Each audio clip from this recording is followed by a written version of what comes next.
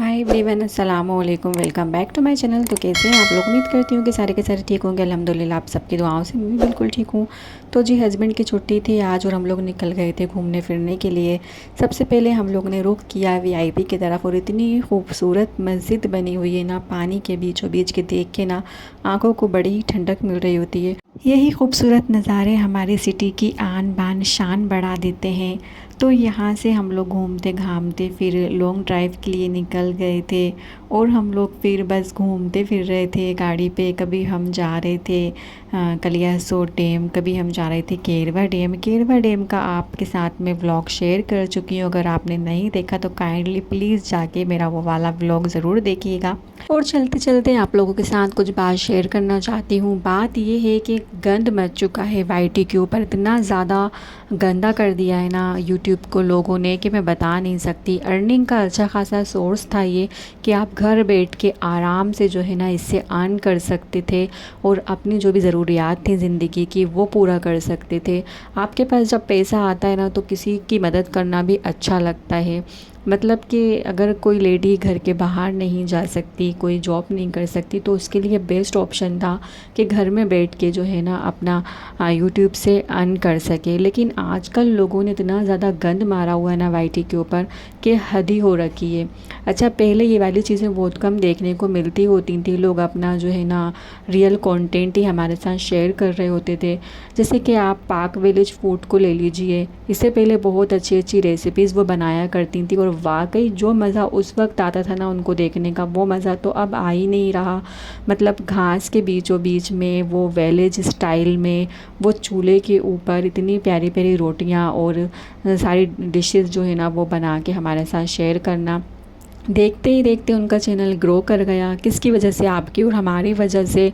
और आज वो इतने आगे बढ़ गए कि कहाँ उनका एक छोटा सा घर हुआ करता था विलेज के अंदर और आज उनका आलीशान जो है ना, आप हमें जिसको बंगला कहूँगी तो कम नहीं होगा या गलत नहीं होगा, इतना बड़ा सारा उन्होंने घर बना लिया है और लग्जरी लाइफ जी रही हैं। लेकिन उसके बाद भी बोलते हैं ना कि जितना, कुछ लोग ऐसे होते हैं जिनको जितना मिल जाता है ना उससे कई ज़्यादा की हवस उनको रहती है। आप देखें, लग्जरी लाइफ जीने के बाद, कार होने के बाद, इतना बड़ा घर होने के बाद, सब कुछ होने के बाद ना उनकी हवस ख़त्म ही नहीं हो रही है। अब उन्होंने नए नए कंटेंट जो है ना वो क्रिएट करना शुरू कर दिए हैं। अभी उनके बुज़ुर्ग अब्बा जो है ना, उनकी शादी कुछ महीनों पहले वो कर रही थी, जिसमें उन्होंने बाकायदा पूरे तरीके से इंगेजमेंट करके बताई अपने अब्बा की। और इंगेजमेंट भी वो लड़की चड़की से कर रही थी, मतलब इतने बुज़ुर्ग की शादी एक जवान लड़की से कर रही थी। लेकिन लोग समझ गए थे, क्योंकि अब लोग समझदार हो चुके हैं। जब ड्रामे क्रिएट होना शुरू हो जाते हैं ना वाईटी पे तो लोगों की समझ में आने लगती है।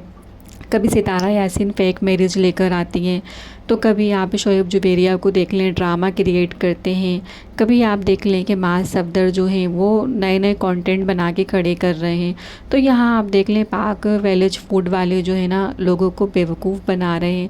इनको लगता है कि आवाम बिल्कुल घास खाती है, किसी की समझ में कुछ आता ही नहीं है, इसलिए बेवकूफ़ बनाते रहो। अच्छा, पब्लिक पहले ही समझ गई थी। कमेंट में लोगों ने काफ़ी लानतें इनके ऊपर भेजी थी कि देखना ये शादी होगी ही नहीं, बीच में कुछ ना कुछ इस पर बोल दिया जाएगा कि शादी ख़त्म हो गई या मंगनी टूट गई। और उसके बाद जो है वो ख़ातून जिनसे इंगेजमेंट की जा रही थी उसके बाद सडनली उनका एक चैनल खड़ा हो जाता है आके, फिर वहाँ से वो काफ़ी लोगों की बुराइयां कर रही होती हैं। फिर जो है इंगेजमेंट ख़त्म कर दी जाती है। इंगेजमेंट नहीं, शायद इनका निकाह का भी हो गया था, निकाह भी हो गया था। मैंने इतनी आगे तक की वीडियो नहीं देखी, बस बता रही थी कि ये हमारी यहाँ होने वाली अम्मी का कमरा है, तो अब्बू ने कमरा तैयार करवा लिया, तो निकाह की तैयारियां हो रही हैं। उसके बाद मैंने वीडियो नहीं देखी क्योंकि मेरा इतना ज़्यादा दिमाग ख़राब हो गया था ना। पब्लिक को इन लोगों ने उल्लू बनाने का ठेका ले रखा है। कभी कोई बेवकूफ़ बना रहा है, कभी कोई बेवकूफ़ बना रहा है। ईमानदारी से कोई अपना काम ही नहीं करना चाहता। और हम लोग इनको व्यूज़ दे भी रहे हैं, इनको अच्छे खासे डॉलर दे भी रहे हैं। भाई नेट पे हमारा जा रहा है, मंथली जो पैसा है वो रिचार्ज में हमारा खर्चा हो रहा है और कंटेंट बना बना के डॉलर इनके बन रहे हैं। तो हमारा इसमें क्या फ़ायदा हो रहा है? हमारा टाइम भी वेस्ट हो रहा है, हमारा पैसा भी वेस्ट हो रहा है और हमारी अक्ल, हमारी जो दिमाग है ना वो भी ख़राब हो रहे हैं देख देख के। इसलिए बेहतर है इन सड़े हुए यूट्यूबर को आप बिल्कुल भी ना देखें। अपना जो है ना झूठ ले लेके इस कदर आ गए हैं ना कि अब किसी भी यूट्यूबर के ऊपर, व्लॉगर के ऊपर स्पेशली भरोसा ही नहीं होता कि सच बोल रहा है कि झूठ बोल रहा है। और आप ये देखें कि कितनी ज़्यादा मेहनत करते हैं जो रियल व्लॉगिंग बना रहे होते हैं, बिना फेस दिखाए अपना अपने घर की रूटीन शेयर कर रहे होते हैं, बिना कोई लफड़ा झपड़ा पाले हुए। जो मैं उनकी इज़्ज़त करती हूँ, जो कुकिंग कर रहे होते हैं, इतनी ज़्यादा एफ़र्ट डाल रहे होते हैं, पैसा भी लगा रहे होते हैं अपना, तरह तरह की डिशेज़ बनाने में टाइम भी अपना वेस्ट कर रहे होते हैं और इतनी ज़्यादा मेहनत कर रहे होते हैं, लेकिन हम उनको जो है ना आगे नहीं बढ़ाते। ऐसे सड़े हुए यूट्यूबर को हम आगे बढ़ाते हैं जो हमें झूठ बोलते हैं, धोखा देते हैं। तो इन सारे लोगों को देखना ही छोड़ दें, इनका बाइकआउट करें। सितारा यासीन हो गई, पाक विलेज फूड वाले हो गए, ये शोएब की दुनिया हो गया, ये लोग भी मुझे लग रहा है कि ड्रामा ही कर रहे हैं। हो सकता है कहीं से दुल्हन पकड़ के ले आए हों और फिर इन्होंने रूम डेकोरेट करवा लिया हो, निकाह करते तो दिखाया नहीं है, फिर थोड़ा सा शॉर्ट्स वीडियोस बना ली दुल्हन के साथ में।